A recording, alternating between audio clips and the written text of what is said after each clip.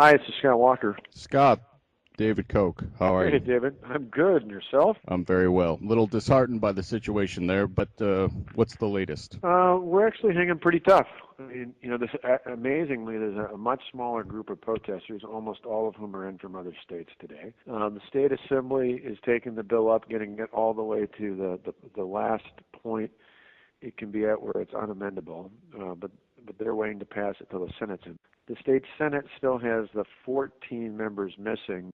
And each day we're going to ratchet it up a little bit. The Senate Majority Leader had a great plan he told them about this morning, and that is the Senate Organization Committee is going to meet and pass a rule that says if you don't show up for 2 consecutive days on a session day in the state Senate, the Senate Chief Clerk, it's a little procedural thing here, but can actually have your payroll stopped from being automatically deducted into your checking account, and instead you still get a check, but the check has to be personally picked up, and he's instructing them, which we just loved, to lock them in their desk on the floor of the state Senate. Now, you're not talking to any of these Democrat bastards, are you? There's one guy that's actually voted with me on a bunch of things I called on Saturday for about 45 minutes, mainly to tell him that while I appreciate his friendship and he worked with us on other things, tell him why I wasn't going to budge. Mainly because I thought he's about the only reasonable one over there, and I figured if I talked to him, he'd go back to the rest of the gang and say, I've known Walker for 20 years. He's not budging. Oh, what's his name again? His name is Tim Cullen. All right. I'll have to give that man a call. Well, actually, in his case, I wouldn't call him, and I'll tell you why. He's pretty reasonable, but he's not one of us. Now, who can we get to budge on this collective bargaining? Well, I think in the end, a couple of things are: one, if I think the paycheck will have an impact. Secondly, if the unions have been paying to put these guys up out of state, we think there's at a minimum an ethics code violation, if not an outright felony.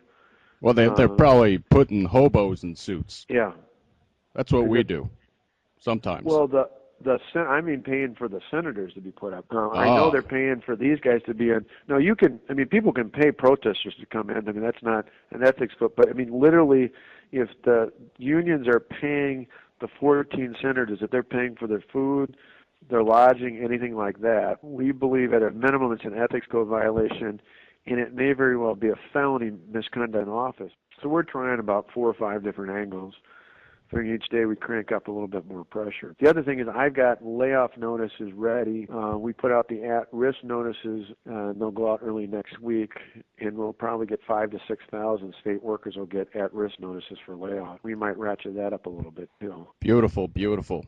Got to crush that union. Well, it's one of those where in the end, if they think I'm caving, they've been asleep for the last 8 years because I've taken on every major battle in Milwaukee County and won even in a county where I'm overwhelmingly overpowered politically, and because we don't budge. If you're doing the right thing, you stay firm.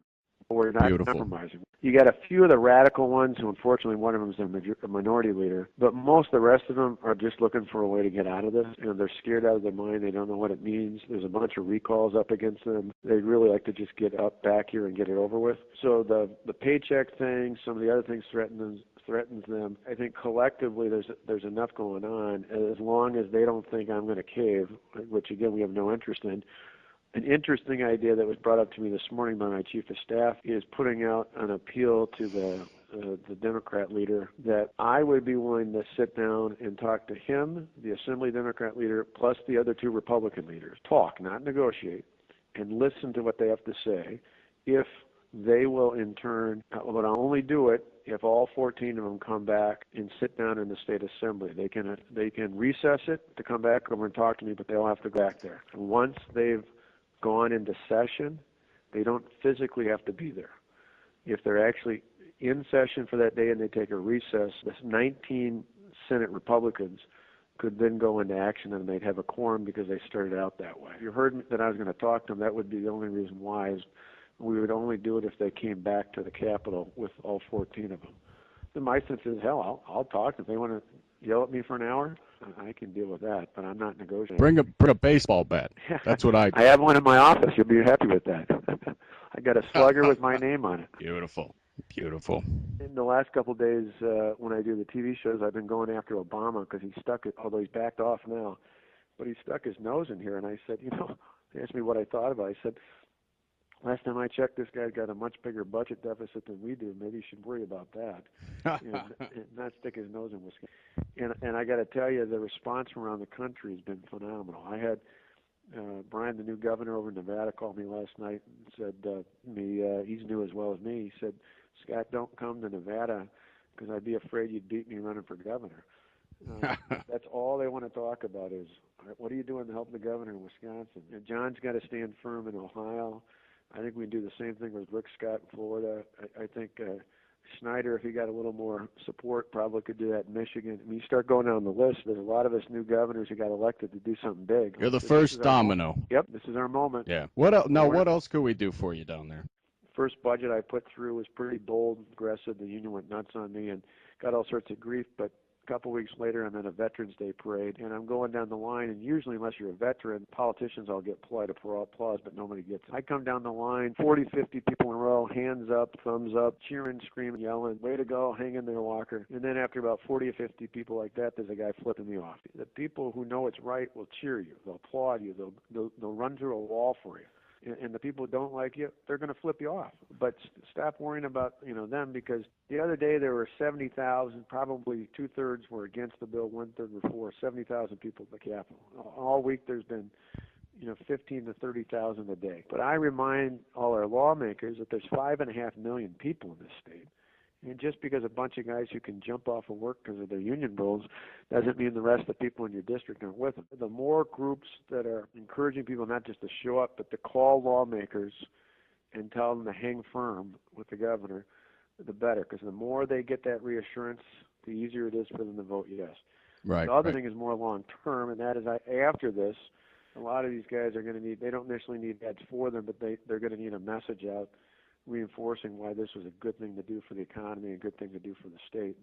So to the extent that that message is out over and over again, that's obviously a good thing. Right. We'll back you any way we can. But what we were thinking about the crowds was planting some troublemakers. Because we thought about that.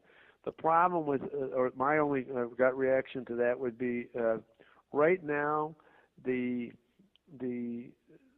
and the lawmakers I've talked to have just completely had it with them. The public is not really fond of this. The teachers union did some polling and focus groups, I think, and found out that the public turned on them the minute they closed school down for a couple of days. The guys we got left are largely from out of state, and I keep dismissing it in all my press comments, saying, they're mostly from out of state. My only fear would be is if there was a ruckus caused, is that would scare the public into thinking maybe the governor's got to settle to avoid all these problems. Whereas I'm saying, hey, we can handle this. People can protest. This is Madison, full of the 60s liberals. Let them protest. It's not going to affect us. And as long as we go back to our homes and the majority of people are telling us we're doing the right thing, let them protest all they want. So that's my gut reaction, is that I think it's actually good if they're constant, they're noisy, but they're quiet, nothing happens, because sooner or later the media stops finding them interesting. Well, not the liberal bastards on MSNBC. Oh, yeah, but who watches that? I mean, I went on just morning Joe this morning, but I like it just because I like being combative with those guys. But I mean, they're off. Well, Joe's a good guy. He's one of us. Yeah, he's all right. He was fair to me. I mean, the rest of them were a little out there. Well, good. It's good catching up with you. Yeah, well, thanks. This is an exciting time. This is, I told my cabinet I had a dinner Monday right after the 6th. Came home from the Super Bowl where the Packers won. That Monday night, I had all my cabinet over to the residence for dinner. Talked about what we were going to do, how we were going to do it. We'd already kind of built plans up, but it was kind of the last hurrah before we dropped the bomb. And I stood up and I pulled out a picture of Ronald Reagan. And I said, this may seem a little melodramatic, but 30 years ago, Ronald Reagan, whose 100th birthday we just celebrated the day before, had one of the most defining moments of his political career, not just his presidency, when he fired the air traffic controllers. And I said, to me, that moment was more important than just for labor relations or even the federal budget. That was the first crack in the Berlin Wall and the fall of communism, because from that point forward, the Soviets and the communists knew that Ronald Reagan wasn't a pushover. And I said, this may not have as broad a world implications, but in Wisconsin's history, little did I know how big it would be nationally, Wisconsin's history, I said, this is our moment. This is our time to change the course of history, and this is why it's so important that they were all there. I had a cabinet meeting this morning. I reminded them of that. I said, for those who thought I was being melodramatic, you now know it was purely putting it in the right context. Well, I'll tell you what, Scott. Once you crush these bastards, I'll fly you out to Cali and really show you a good time. All right, that would be outstanding. Thanks, all right. Thanks for all the support and helping us move the cause forward, and we appreciate it. We're doing it the just and right thing for the right reasons, and it's all about getting our freedoms back. Absolutely. And, you know, we have a little bit of vested interest as well. Well, that's just it. The bottom line is we're gonna get to the world moving here because it's the right thing to do. All right, then. Thanks a million. Bye-bye. Bye now.